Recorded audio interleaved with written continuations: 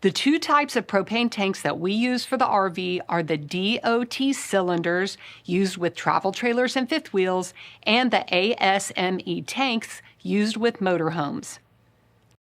The DOT cylinders, which means they are regulated by the Department of Transportation, are located on the tongue of a travel trailer or the cargo storage compartments of a fifth wheel.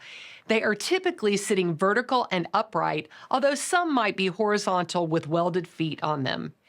ASME tanks on motorized RVs will also be located in a cargo storage compartment. They are in horizontal orientation and permanently attached to the frame of the coach.